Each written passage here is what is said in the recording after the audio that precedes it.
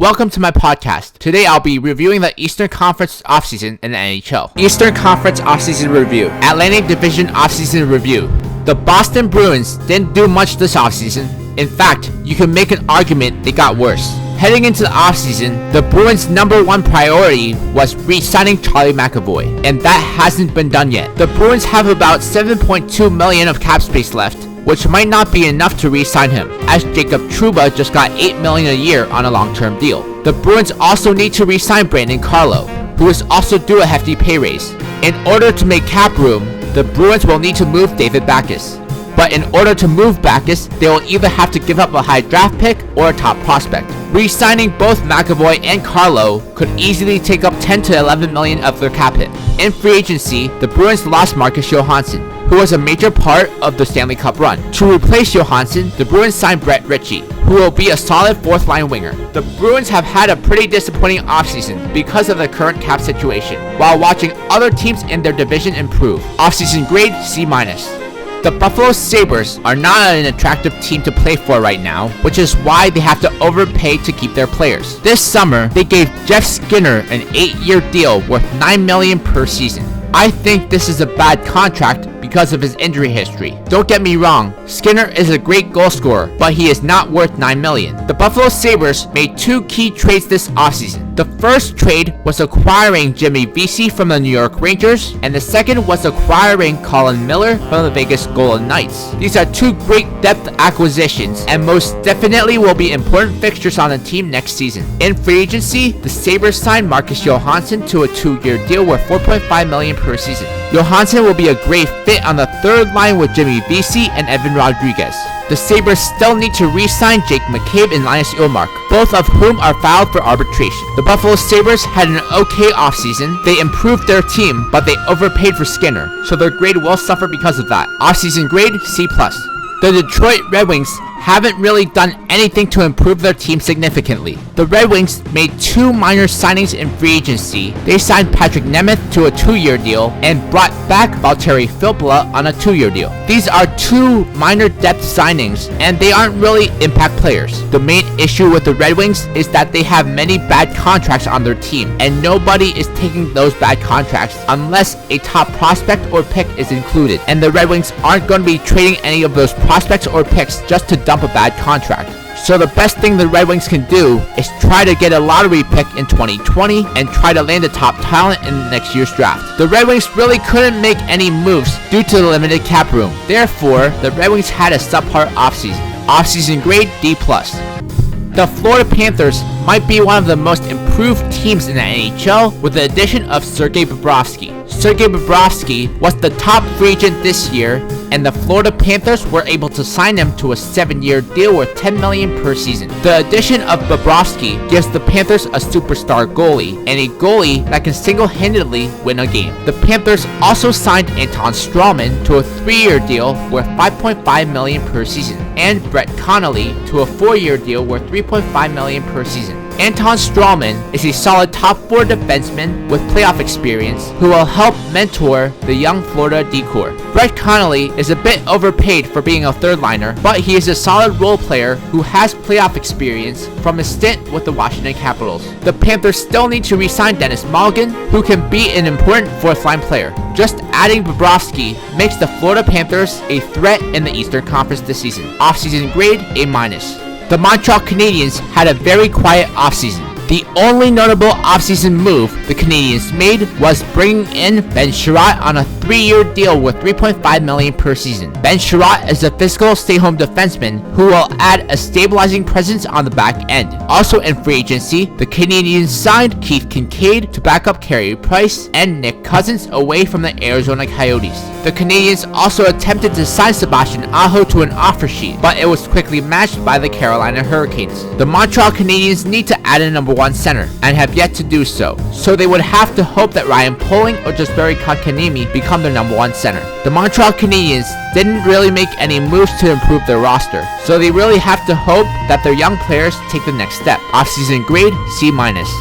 The Ottawa Senators had a pretty under-the-radar offseason, considering they made 2 major trades this summer. In the first blockbuster trade, they acquired Nikita Zaitsev, Connor Brown, and Michael Carone from the Toronto Maple Leafs for Cody Ceci, Ben Harper, Aaron Luchuk, and a 3rd-round pick in 2020. The Senators also acquired Artem Anisimov from the Chicago Blackhawks for Zach Smith. Nikita Zaitsev is not much an upgrade over Cody Ceci, but Connor Brown is a solid addition for the club. Artem Anisimov could become the team's second-line center, since the depth at center isn't really that good. The Senators also signed Tyler Ennis and Ron Hainsey in free agency. Hainsey gives the Senators a veteran presence on the blue line, and Tyler Ennis is a good 4th-line player. The Senators still need to re-sign Colin White, who is an RFA. It would be wise to lock him up long-term, as he should be a core piece of the team moving forward. The Ottawa Senators did a good job at bringing in talent to fill out the roster. However, I don't expect them to do well. Offseason grade, C. The Tampa Bay Lightning have done a good job this offseason with the limited cap room they had entering the offseason. To create cap room, the Lightning traded Ryan Callahan to the Ottawa Senators for Mike Condon and a 6th-round pick in 2020. Andrei Vasilevsky was extended for 8 years at $9.5 million per season. This is a solid deal for a true number 1 goalie in the NHL now. The Lightning now have a little over $11 million in cap space this year to re-sign both Braden Point and Adam Ernie. Braden Point is the main focus here, as he is an important part of the Lightning core. I expect Braden Point to get at least $8 million per season on a long-term deal. The Lightning and Point should eventually reach an agreement. The question is when. The Lightning lost Anton Strawman to the Florida Panthers in free agency and traded JT Miller to the Canucks for a 1st-round pick. In free agency, the Lightning signed Luke Schenn and Curtis McElhinney. Curtis McElhinney has proven that he can still be a good backup in the NHL, and Luke Schenn is a good 7th defenseman. The Tampa Bay Lightning should still be a contending team next year because they still have their core intact. Offseason grade, B.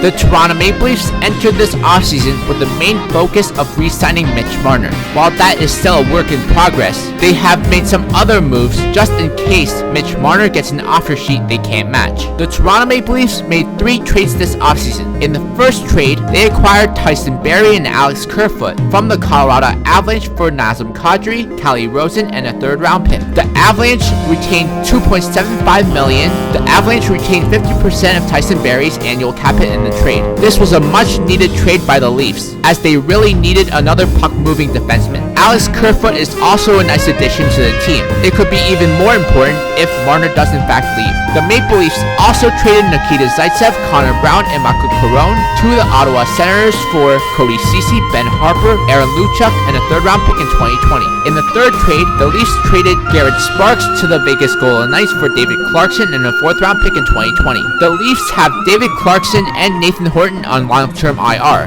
both of whom will likely never play again. They have a combined cap hit of about $10.5 million per season, which will be used on Mitch Marner. The issue with that is that Mitch Marner will be asking for the same amount as John Tavares, especially after Artemi Panarin got $11.6 million per season for 7 years from the Rangers. There is no way that Marner is going to take anything less than $11 million. If you are the Leafs, you have 2 options: either trade him or let him hold out, which will hurt his value, especially if Kerfoot or Kapanen are able to produce. The Toronto Maple Leafs improved their defense tremendously and also improved their depth on offense as well. Despite the fact that Marner hasn't re-signed yet, the Leafs have had a great offseason. Offseason grade, B+. And now, a word from our sponsor, Metropolitan Division Offseason Review. The Columbus Blue Jackets are truly the biggest losers this offseason. The worst case scenario became a reality as they lost 3 of their best players in free agency. Sergei Bobrovsky signed with the Florida Panthers, Artemi Panarin signed with the New York Rangers, and Matt Duchene signed with the Nashville Predators. The Blue Jackets still need to re-sign Zach Werenski, but that should not be an issue cap-wise, as they have over $15.7 million in cap space left. After losing 3 of your top players, there would be urgency to re-sign Werenski, but it seems like the Blue Jackets aren't in any rush. In free agency, the Blue Jackets signed Gustav Nyquist to a 4-year deal worth $5.5 million per season.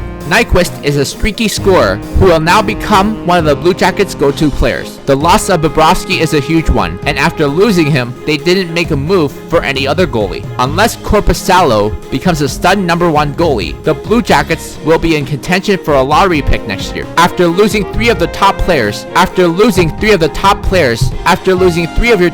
in free agency and doing nothing after it, the Blue Jackets are the biggest losers in the offseason. Offseason grade D-. The Carolina Hurricanes have quietly had a good offseason, but nobody is talking about it. The Hurricanes' first priority this offseason was re-signing Sebastian Aho. The Montreal Canadiens did them a favor by signing him to an offer sheet for 5 years at $8.45 million per season. It was an easy decision to match that offer sheet. The Hurricanes made 4 trades this offseason. In the first trade, they traded Calvin DeHaan and Alexei Sarala to the Chicago Blackhawks for Gustav Forsling and Anton Forsberg. Calvin DeHaan was a bad signing, and to get Gustav Forsling back for him is a bonus. The Hurricanes stole Erik Haula away from the Golden Knights, as they only gave up Nikolai Waugh and a conditional 5th round pick in 2021 to get Erik Haula. Erik Haula is a versatile role player who can play both center and wing. Next, the Hurricanes acquired James Reimer from the Florida Panthers for Scott Darling and a 6th round pick in 2020. This could be another steal because James Reimer is actually a decent backup goalie and is an upgrade over Scott Darling.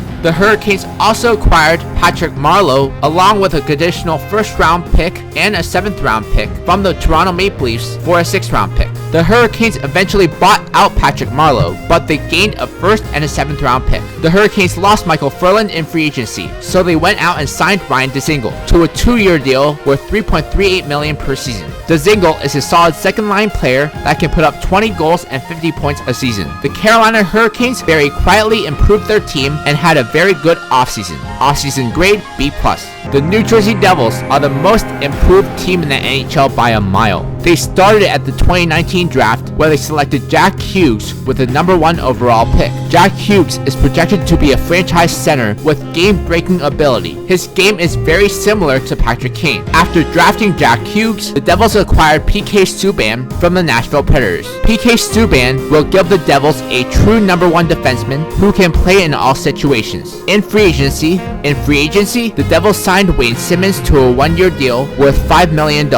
While this is a lot for Wayne Simmons, it does fill a need for the team. Wayne Simmons isn't that reliable 5-on-5 anymore, but he is still very effective on the power play. Then the Devils acquired Nikita Gusev from the Vegas Golden Knights for a 2nd round pick in 2021 and a 3rd round pick in 2020. Gusev would also sign a 2-year deal with the Devils worth $4.5 million per season. Gusev gives the Devils another dynamic offensive player and will likely be playing on a line with Jack Hughes. The Devils also made a minor trade with the Blackhawks, acquiring John Hayden for John Quenneville. In one offseason, Ray Shero has transformed the Devils into an instant threat in the Metropolitan Division. Offseason grade A. While other teams in the Metropolitan Division got better, the Islanders didn't do anything. Islanders fans should get used to this because this is typical Lou Lamoriello. Lou typically doesn't make many free agent signings, but when he does, he overpays for old, washed-up veterans. The Islanders lost 2 major players in free agency, Vezina Trophy candidate Robin Lehner and Valtteri Filppula. Both of these 2 players played vital roles on the team last year.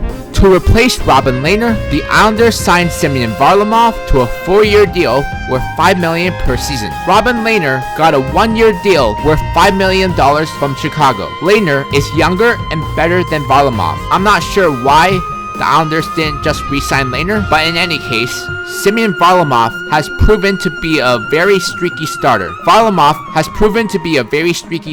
He can be either a brick wall or he can't stop a beach ball. The Islanders still need to re-sign Anthony Beauvillier and Michael Dal Colle, both of whom can be important role players this year. The harsh reality is that nobody wants to play for the Islanders. Players now rather play for the Devils than the Islanders. Because of this, the Islanders couldn't really do anything this offseason. Offseason grade C-.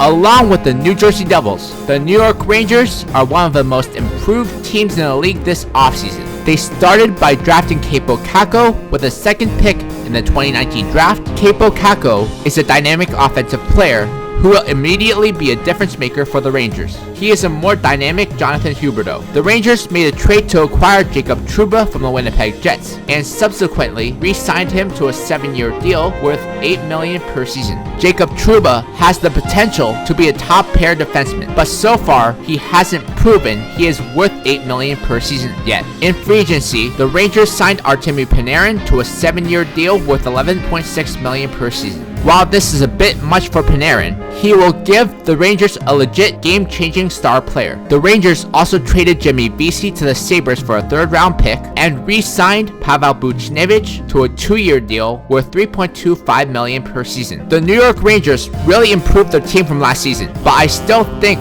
they are missing a number 2 center because all good teams in their division are stacked at center. Offseason grade B+.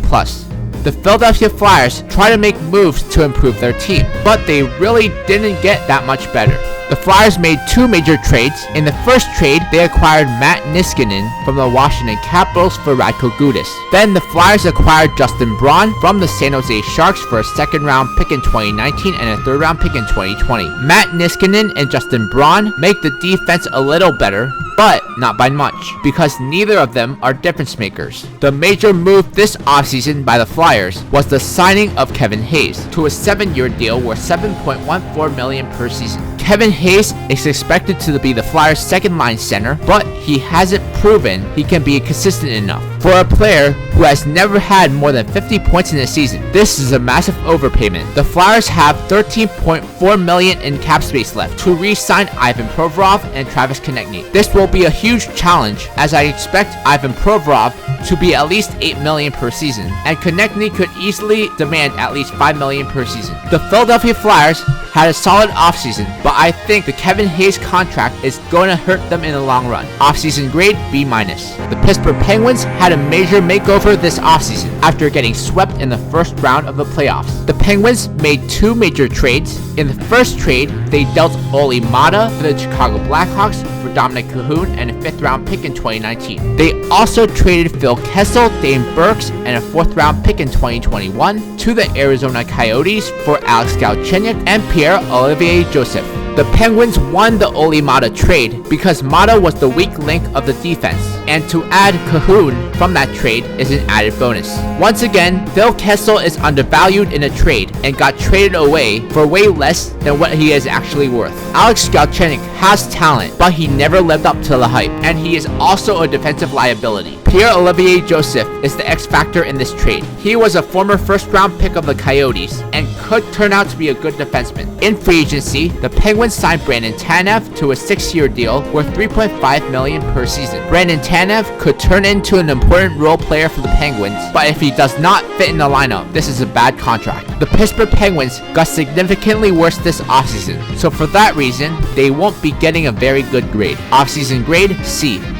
The Washington Capitals did a good job this offseason making moves to keep the team under the salary cap. The Capitals made 2 trades. In the first trade, they dealt Matt Niskanen to the Philadelphia Flyers for Radko Gudas. They also traded Andrei Burakovsky to the Colorado Avalanche for Scott Kosmachuk, 2nd-round pick in 2020 and a 3rd-round pick in 2020. Burakovsky lost his spot on the roster, so it was a good move to get some picks for him. The Capitals saved $3.4 million of cap space by trading Niskanen for Gudas, which was later used to sign free agents. Before free agency, the Capitals re-signed Carl Hagelin to a 4-year deal worth $2.75 million per season. The Capitals lost Brett Connolly in free agency, but were able to replace him with Richard Panik, who was signed to a 4-year deal worth $2.75 million per season. They also added Connor Hathaway, who signed a 4-year deal worth $1.5 million per season. The Capitals got Carl Hagelin for a steal of a contract. He is a good role player and an excellent penalty killer. The Capitals also got Richard Panik for a steal. He's a solid 3rd-line player that can occasionally slot into the top 6. Fans of the Capitals will love the energy that Connor Hathaway brings on the 4th line.